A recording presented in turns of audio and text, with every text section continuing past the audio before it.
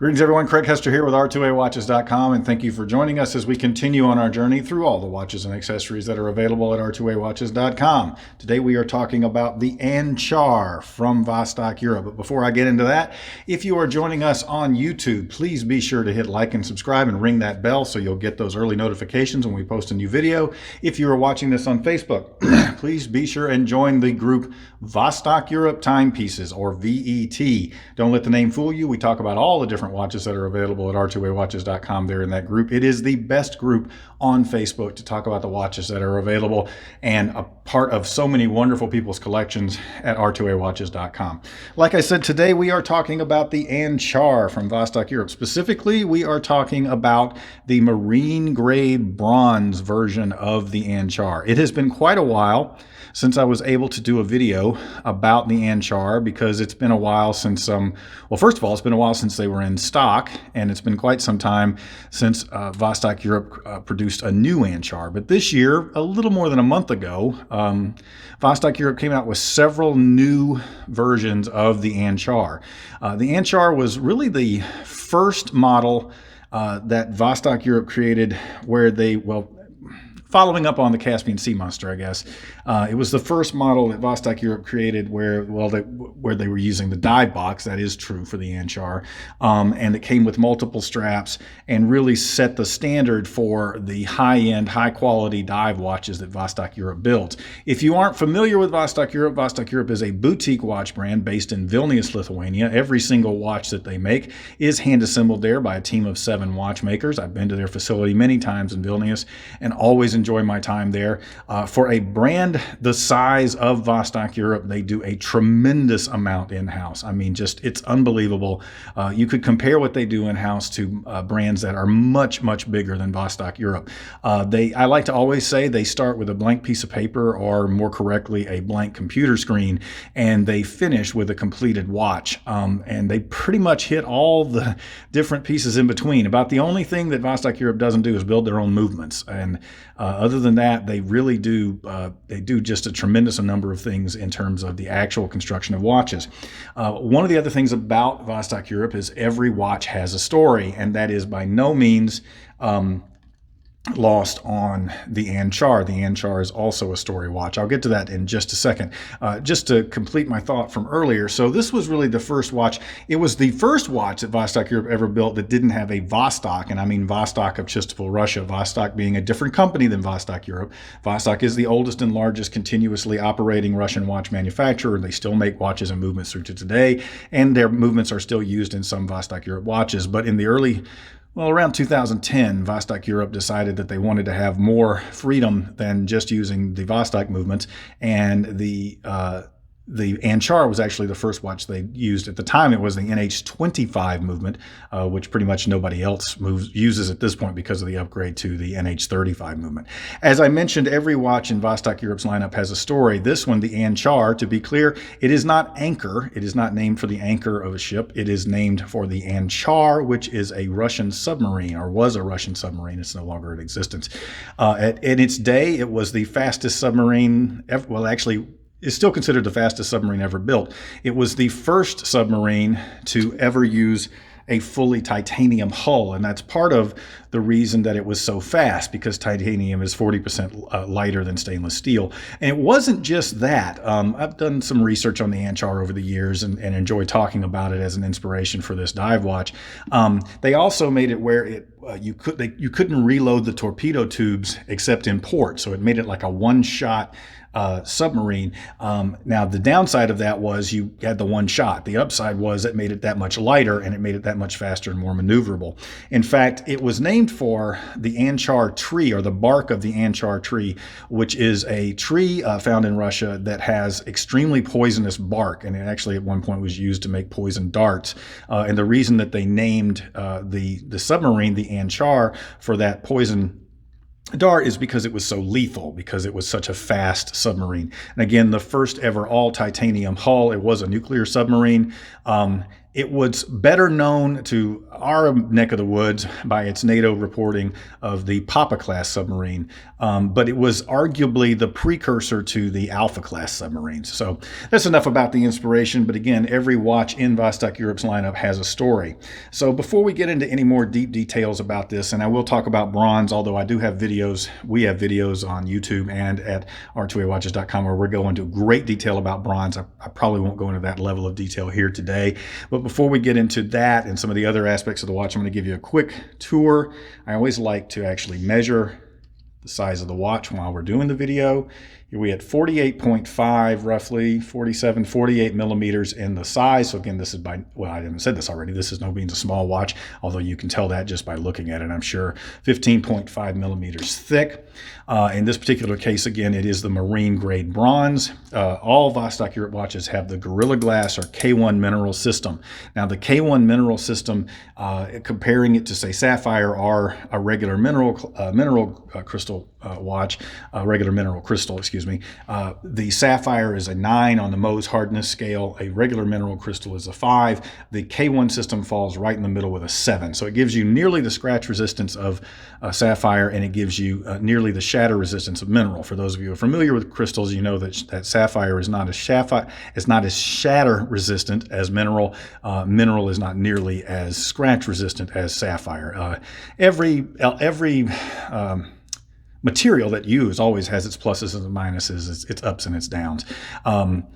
This watch comes with a strap changing kit. It has 2 screwdrivers that allow you to change the strap out. It is a heavy duty bar in there, not that dissimilar to the bar that's in the Energia. This isn't the exact same bar that's in the Anchar. I'm not going to take the strap apart particularly in this particular video, but this is similar to the bar that runs between here. They all come with 2 straps. It comes with this incredibly soft silicone strap, or alternatively, actually for this one I need to show you this strap, or alternatively the heavy duty fully integrated, and look at just how heavy duty that strap is. Very thick, but yet soft and supple leather strap. That's on the teal version, and then on, I guess what we would call a black version, you actually get a brown leather strap to go with it, which just really pulls out the accent colors in the watch. This watch is driven by the 6S21 Miyota movement. The 6S21 movement actually is what you would refer to here. I'll even show you. Let's show you the 2 different SKU numbers. This is the 6S21 5100585, and then the teal, yes, is the 586. The 6S21 movement by Miyota is actually what I like to refer to as a hybrid movement, meaning that it is not exclusively a quartz movement and is not exclusively a mechanical movement.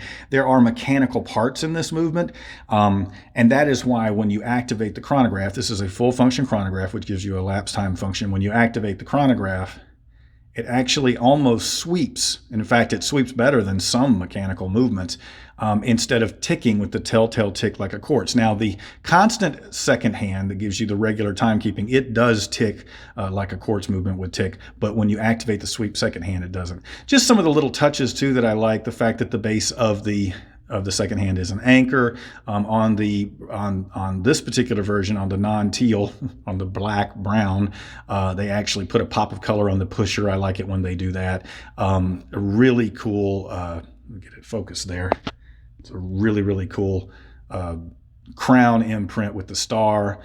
Just so many little touches of detail and design. It does have the unidirectional rotating bezel for your elapsed time function. That is something that does make this a true professional grade diver. Now, that is something to point out. This is 300 meter water resistant. That's 100 meters above what is required for a watch to be considered a professional grade dive watch. It also has to have a unidirectional rotating bezel for elapsed time. The reason it is unidirectional is so that when you set up your elapsed time, if you were to bump it, the worst thing that you could do would be to reduce the amount of time you're going to be in the water as opposed to increasing it, because obviously you don't want to mess with that when you're down there. You want to make absolutely certain that you come back up in time and you don't run out of oxygen.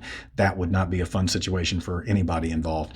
Now, to get to I guess what would be arguably the coolest feature of this watch, although there are a lot of cool features of this watch, this is marine grade bronze. Now, bronze, if you're familiar with it, it's very popular in watches these days. Oh, I forgot to turn on my light. Let me get it on here so Get a little better view of the watches, but I'm not going back, guys. You're gonna see that view until the light gets turned on. If you're familiar with it, bronze is a very popular material for dive watches because it is, as they refer to it, marine grade. That means it is designed to withstand especially the rigors of being in salt water. Bronze is an alloy, meaning that it is not a single element like titanium is an element. It is an alloy made up of other metals. Usually the base is, well, almost always the base is going to be copper, and then it's going to be doped with something else. A lot of times that's going to be doped with tin or zinc or something like that. That's going to be your less expensive, lower quality bronzes. Marine grade bronze tends to be one of two kinds, the CUSN8, which is the bronze that is used on the Anchar here. That's what you refer to as phosphor bronze, and that means that one of the doping alloys, one of the main doping alloys for the bronze is phosphorus. And that's what gives you this rich, coppery, deep red color that you have when you have the bronze in the CUSN8, as opposed to aluminum bronze, which is also a marine grade bronze. And in fact, Delta T, one of the other brands that we represent, has the MBS watch is in aluminum bronze.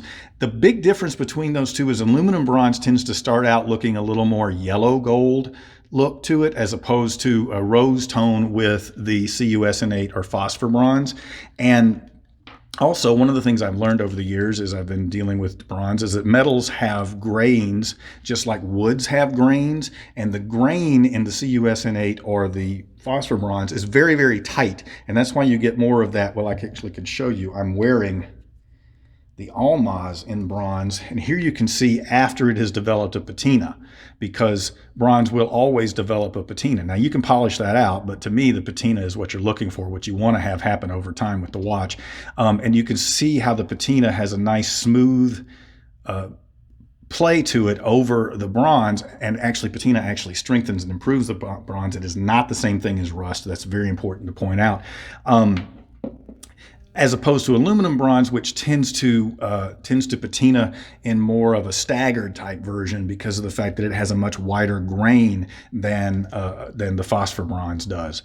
So as I said, there are other videos at r2awatches.com and on our YouTube channel that go into much greater detail about bronze. I'm not going to spend any more time on that in this particular video, just to tell you that this is the first Anchar to ever be produced with marine grade bronze. So that does make this a first, and that makes it exciting.